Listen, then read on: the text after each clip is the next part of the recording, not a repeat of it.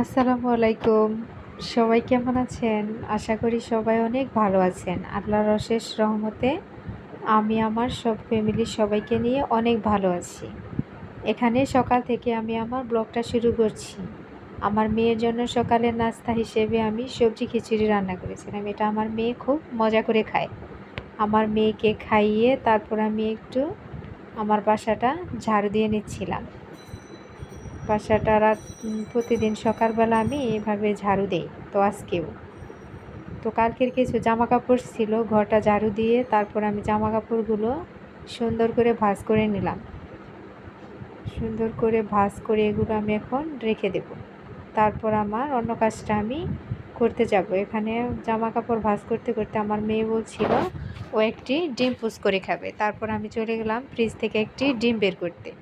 ডিমটা বের করে আমার মেয়েকে পুশ করে দেবো। এখানে দেখতে পাচ্ছেন ডিমটা বের করার সাথে সাথে আমার মেয়ে ডিমটা হাত থেকে আমার নিয়ে গেল। এখানে আমি ডিমটা নিয়ে রান্নাঘরে চলে গেলাম। এখন ডিমটা আমি আমার মেয়েকে পুশ করে দিব। কড়াইতে সামান্য একটু তেল দিয়ে দিলাম। এখন ডিমটা সুন্দর করে পুশ করে নেব। ডিম পুশ আমার মেয়ের অনেক প্রিয়। ডিম সেদ্ধর থেকেও পুশটা বেশি পছন্দ করে, তাই মাঝে মাঝে আমি ওকে ডিম পুশ করে খাওয়াই।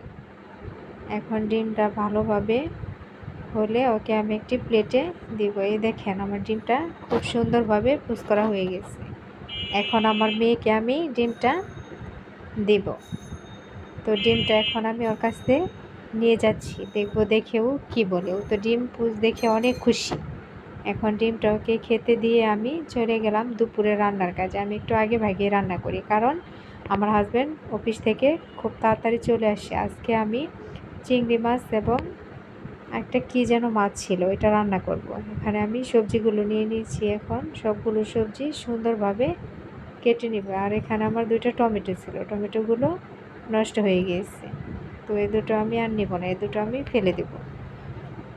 আজকে আমি ফুলকপি দিয়ে, পটল দিয়ে, মাছ দিয়ে রান্না করব, আর চিংড়িটা একটু আলু দিয়ে ভুনা করব। তো এখন আমি সবজিগুলো সুন্দর করে কেটে নেব। সবজিগুলো কাটার জন্য আমি একটা বাটিতে নিয়ে নিয়েছি। সবগুলো সবজি কাটা শেষ। তো এখন আমি রান্নাটা বসিয়ে দিয়েছি। আমি ফুল রেসিপিটা আপনাদের দেখাতে পারবো না, একটু একটু করে দেখাচ্ছি, কারণ রান্না শেষ করে আমার অনেকগুলো জামা কাপড় ধোলাই করতে হবে। কালকের অনেকগুলো জামা কাপড় জমা হয়েছে। তো এখানে মশলাটা কষিয়ে নিয়ে এবার আমি ফুলকপিটা এখানে দিয়ে ভালোভাবে কষিয়ে নেব। কষানো শেষ হলে ঝোলের পানি দিয়ে একটু বড় আসলে মাছটা দিয়ে দেব। তো এখানে ঝোলের পানি দিয়ে মাছটা দিয়ে আমি যাব জামা কাপড়গুলো ছাদে মেলতে। তো জামা কাপড়গুলো নিয়ে আমি ছাদে শুকা দিয়ে আসবো। আর প্রতিদিনই এখানে একটু না একটু বৃষ্টি হয়। আজকে একটু বৃষ্টি নেই, অনেক রোদ উঠেছে, তাই ভাবছি সকাল সকাল কাপড়গুলো সব ধুয়ে দেব। আর আমি এখন ছাদে চলে যাচ্ছি জামা কাপড়গুলো শুকা দিতে। এই দেখেন আমি কতগুলো জামা কাপড় ধোলাই করেছি আজকে। এখানে আমার হাজব্যান্ডের সবগুলো কাপড়, আর আমারও কিছু আছে, আমার মেয়েরও আছে, সব মিলিয়ে সবার জামা কাপড়ই এখানে আছে। অনেক সুন্দর রোদ উঠেছে। আর আমাদের ছাদ থেকে ভিউটা দেখেন কত সুন্দর। অবশ্য ছাদটা বেশি পরিষ্কার না, অনেক নোংরা। আমার ছোটো বাচ্চা নিয়ে আমি এগুলো করতে পারি না, অনেক সমস্যা হয়। এখন আমি কাপড়গুলো মেলে নিচে যাচ্ছি। নিচে গিয়ে দেখবো আমার তরকারিটা কি অবস্থা।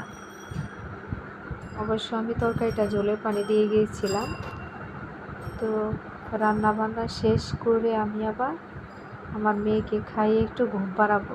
ঘুম পাড়িয়ে তারপর আমি যাব আমার মেয়েকে নিয়ে একটু ঘুরতে। এই দেখেন আমার রান্নার ফাইনাল লুক। এটা হলো ফুলকপি দিয়ে মাছ, আর এখানে আমি আলু দিয়ে চিংড়ি দিয়ে একটু ভুনা ভুনা করেছি। আপনারা তো দেখতেই পাচ্ছেন আমার রান্নাগুলো কেমন হয়েছে, সবাই কমেন্টে জানাবেন। আর নতুন নতুন রেসিপি পেতে আমার চ্যানেলটা সাবস্ক্রাইব করবেন। যদি সবার ভালো লাগে ভিডিওগুলো একটা লাইক করবেন প্লিজ। আর এই যে এখানে আমি বিকেলে আমার মেয়েকে নিয়ে একটু ঘুরতে গেছিলাম। এই জায়গায় মাঝে মাঝে আমি ঘুরতে যাই আমার মেয়েকে নিয়ে। জায়গাটা অনেক সুন্দর। এমনিতে ক্যামেরায় অনেক নোংরা লাগছে, অবশ্যই একটু নোংরা আছে, কিন্তু এখানে আমি মাঝে মাঝে আমার মেয়েকে নিয়ে হাঁটতে যাই। মাঠটা অনেক সুন্দর, পানির ওপারে অনেক সুন্দর একটা জায়গা। এখানে বিকেলবেলা সবাই আসে ঘুরতে। তো আমিও আমার মেয়েকে নিয়ে বিকেলে একটু বের হয়েছিলাম। এই যে আমার মেয়ে এখানে হেঁটে যাচ্ছে। তো সবাই ভালো থাকবেন। আসসালামু আলাইকুম।